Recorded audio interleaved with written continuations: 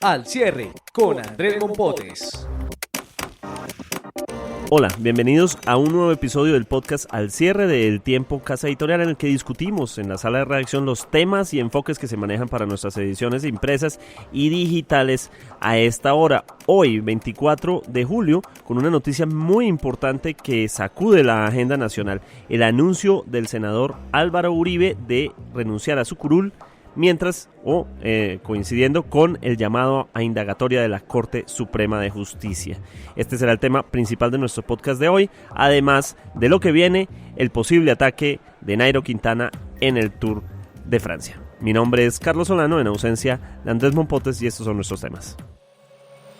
La clave de las noticias. El tema clave sin duda iba a ser discusión durante mucho tiempo y estaremos muy pendientes, por supuesto, de este cubrimiento de lo que es la noticia de hoy: es el anuncio de la renuncia de Álvaro Uribe al Senado de la República. Nos acompañan Marta Soto, editora de la Unidad Investigativa, Daniel Valero, su editor de la Unidad Investigativa, para aclarar un poco los términos de lo que es esta noticia que se produce hoy. La primera pregunta es: ¿renuncia o anuncia que va a renunciar? Es decir, porque hay una... No, ya renunció. Es una renuncia ya formal. Por Twitter, estilo Trump. Le envió una carta al nuevo presidente del Congreso, al senador Macías, en donde le dice que de manera inmediata y para atender el tema que se inició ya hace algunos meses en torno a la supuesta manipulación de testigos en contra de él y en contra de su hermano Santiago Uribe, renunciaba a la fiscalía. Y esto tiene un efecto no solamente político, sino un efecto judicial inmediato. Y es que el proceso en contra del expresidente Álvaro Uribe y hoy ex senador de la República pasa automáticamente a manos de la Fiscalía General de la Nación. Es decir, que queda fuera de la órbita de la Corte Suprema, a la que se le fue de frente también en los Twitter que está mandando desde hace más o menos una hora. ¿Cuáles son los alcances de esto? Es decir, el hecho de...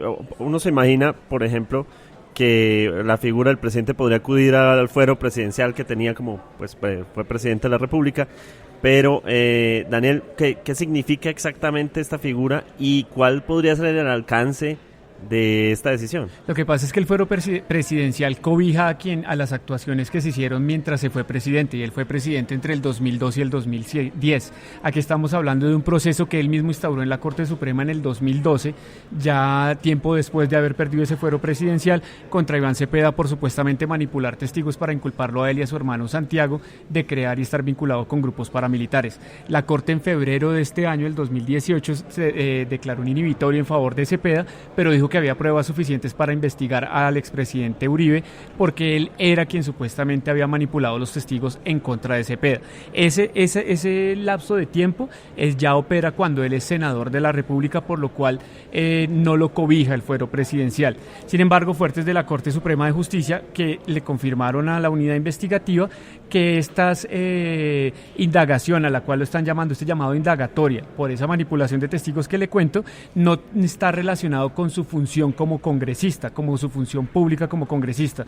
Por eso, al renunciar al Congreso de la República, sale de la órbita de la Corte y pasa, como bien dice Marta, al terreno de la Fiscalía General de la Nación. La razón es muy sencilla: si bien los congresistas tienen fuero, ese fuero los cobija cuando son actuaciones relacionadas con la función de congresistas, y manipular testigos pues no hace parte de la función de congresista, y no lo hizo tampoco dentro del Capitolio Nacional, que es donde operan los congresistas de la República. Uno supone que esto es el alcance máximo al que ha llegado cualquier denuncia a la que se le ha puesto a Álvaro Uribe, es decir, no... Mire, absolutamente. Recuerde que como presidente de la República, él acumulaba más de 250 denuncias que fueron a parar a la Comisión de Acusaciones de la Cámara de Representantes, que todo el país sabe que por tradición nunca ha sacado un proceso en contra de un mandatario, a excepción lo más lejos que llegó fue en el proceso 8000, que terminó, digamos, que librando de cualquier responsabilidad al expresidente Ernesto Samper, el Congreso de la República. Pero digamos que sí, usted tiene toda la razón, este es el principal, o digamos que el caso que más ha escalado en torno a un mandatario, en este caso obviamente a Álvaro Uribe, que no solamente fue presidente de la República en 2 periodos, sino que en este momento encarna el principal poder electoral del país. Usted sabe que el presidente de la República electo, el doctor Iván Duque, es de sus pues es del Centro Democrático, el nuevo presidente de la Cámara y del Senado también, el doctor Macías, también es del Centro Democrático. Entonces eso va a tener un triple efecto, diría yo, no solamente judicial, también de polarización para el país y sin duda político, porque estamos hablando de la principal fuerza electoral golpeando a la persona que encarna esa fuerza electoral, Álvaro Uribe. Hay una cosa que rápidamente, para hacer precisión, hay que el expresidente Uribe, como bien lo dice Marta, y sus 800.000 votos, es el senador más votado, pero aún le quedan unos procesos en la Corte Suprema de Justicia por otros delitos que él tenía pendientes. Pero ahí es muy importante saber quién lo va a reemplazar, ¿no? Ajá. En el Congreso, eso también vamos a ver, porque eso va a cambiar mucho el tema de la oposición.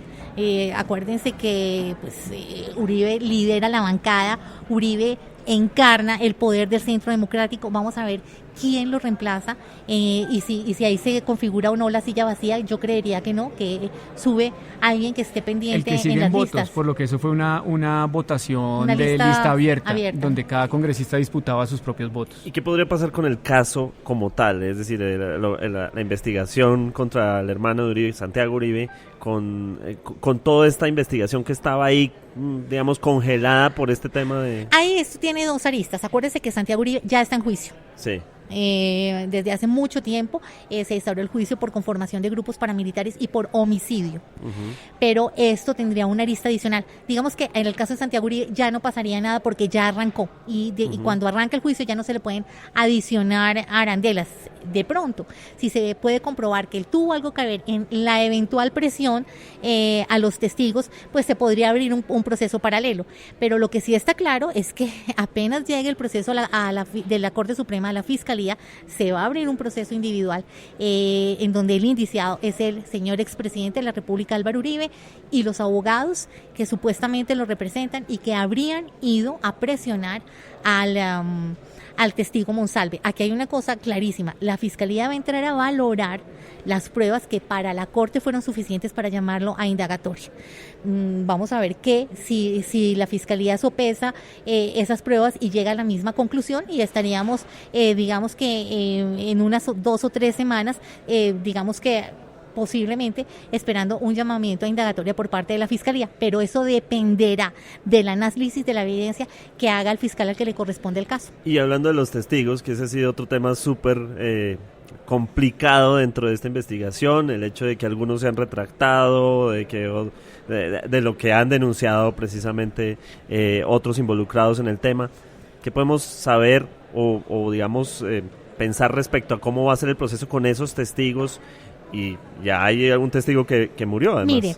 Mire, la Unidad Investigativa del Tiempo tiene desde hace más o menos unas 5 semanas una carta escrita por el magistrado Barceló de la Corte Suprema de Justicia, en donde dice, en el caso específico que está llevando a renunciar al expresidente Álvaro Uribe, que la evidencia que ha presentado el testigo Monsalve es suficiente para concluir que evidentemente estaba siendo presionado para retractarse. ¿Solo con la de Monsalve? Eso es lo que dice la Corte Suprema. Vamos a ver, valorando la evidencia, qué dice la Fiscalía General. Pero en ese caso, hay otros casos en donde supuestamente hay testigos en contra de Álvaro y de Santiago Uribe que se han retractado, otros que denuncian que han sido amenazados por ese motivo, y hay otros pues que han sido asesinados, y todo eso está en investigación. De acuerdo, ese es el alcance jurídico y lo que podemos esperar de este caso, que por supuesto va a concentrar toda la agenda política y nacional en estos días. Marta, Daniel, muchísimas gracias, y ahora nos lanzamos al análisis político. Lo más leído en eltiempo.com. Y seguimos hablando del tema del día, obviamente la renuncia de Álvaro Uribe a la curul. Ahora hablemos del impacto político. Edulfo Peña, editor de la sección política del Tiempo, ¿cómo podemos entender el alcance que esto va a tener? Porque estamos hablando del senador más votado en las recientes elecciones, líder de una fuerza política indiscutible. ¿Qué podemos esperar, Edulfo? La renuncia de Álvaro Uribe a su curul en el Senado y el proceso penal en contra, surgido por los delitos de soborno y fraude procesal, son el golpe más duro contra Álvaro Uribe, contra el partido de Álvaro Uribe, el Centro Democrático, contra el proyecto político de Álvaro Uribe, que va un poco más allá de su partido, y contra el gobierno entrante de Iván Duque. ¿Por qué? Porque el hecho de que Álvaro Uribe ya no esté hoy en el recinto del Senado hace que el presidente Duque y su gobierno sean más vulnerables. No hay nadie, Solano, en el uribismo con la capacidad de combate, de confrontación, de discurso, de palabra que Álvaro Uribe. No hay nadie. Él es el caudillo, él es el jefe, él es el que organiza. Ustedes que saben tanto de fútbol, él es un 10 en la cancha. Él es el que organiza quién ataca, quién se queda en la defensa, quién hace esto, quién hace lo otro. No hay ningún otro en el uribismo que pueda enfrentar lo que algunos llaman la feroz oposición que se viene en este Congreso. Con personas como Gustavo Bolívar, por ejemplo, que es uno de los cercanos a Gustavo Petro, que ha dicho que no descansará hasta meter a Álvaro Uribe en la cárcel. Pero también como Gustavo Petro, que ha dado una muestra de capacidad de movilización, de controvertir, de hacer debate político en el Congreso. Entonces el gobierno del presidente entrante Duque, sin Álvaro Uribe, va a quedar mucho más vulnerable, con una oposición mucho más feroz y difícil de enfrentar sin Álvaro Uribe. Pero también el proyecto político de Álvaro Uribe es porque comienzan las elecciones ahorita regionales, y si Uribe va a estar más dedicado a defenderse de la justicia, va a estar pudiendo liderar menos la búsqueda de alcaldías y gobernaciones. Entonces es estratégico también. Sí. Ahora, contra Álvaro Uribe, Uribe mismo había sufrido muchas cosas, muchos embates políticos y jurídicos. Debe tener más de 50 investigaciones en la Comisión de Acusaciones de la Cámara de Representantes, pero igual todos los presidentes han tenido investigaciones en la Cámara de Representantes. Pero es el único presidente en más de un siglo en ir a la justicia ordinaria. Sí. Ningún presidente había ido a la justicia ordinaria. Rojas fue en el 50 y pico, claro, pero a la Corte Suprema por un proceso político que se inició en el Congreso, no por una denuncia penal nacida en la justicia ordinaria. Entonces, estamos frente, repito, al golpe más fuerte contra Álvaro Uribe, contra su partido, contra su proyecto político y contra el gobierno entrante de Iván Duque, que depende mucho de Uribe. Y al llegar el caso a la Fiscalía, también se imagina uno un panorama político dentro de esta discusión, ¿no? Como ha sido siempre cuando una investigación ha llegado a la Fiscalía, o la Fiscalía ha tomado las riendas frente a, por ejemplo, el proceso 8000 u otros procesos. ¿Qué podemos esperar de ese panorama político que se abre ahí a partir de que el caso llegue a la Fiscalía? No, es que el caso de que no, es que el proceso ya está en la Fiscalía. Lo que va a pasar es lo que acabo de decir. Entramos en un debate político muy intenso, en un momento muy difícil, porque estamos en una transición a un nuevo gobierno que comienza en 15 días, gobierno del que es jefe político Álvaro Uribe. Vamos a tener dificultades, vamos a tener un debate político muy, muy intenso que pueda distraer como los asuntos más importantes del país.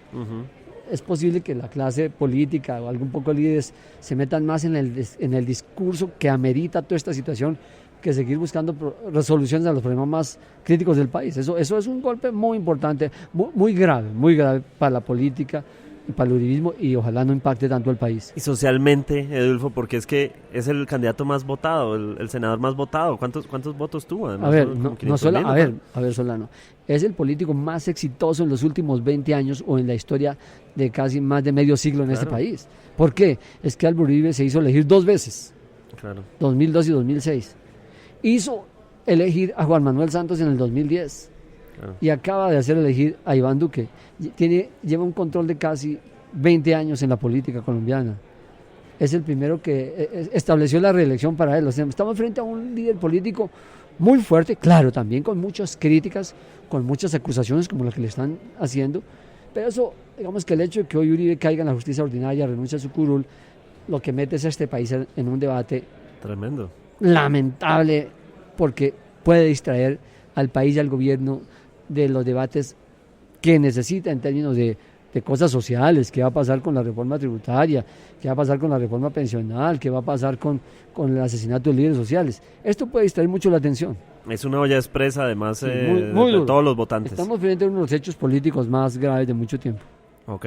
Edulfo Peña, editor político, muchas gracias por ese análisis y seguiremos en el cubrimiento de esta noticia.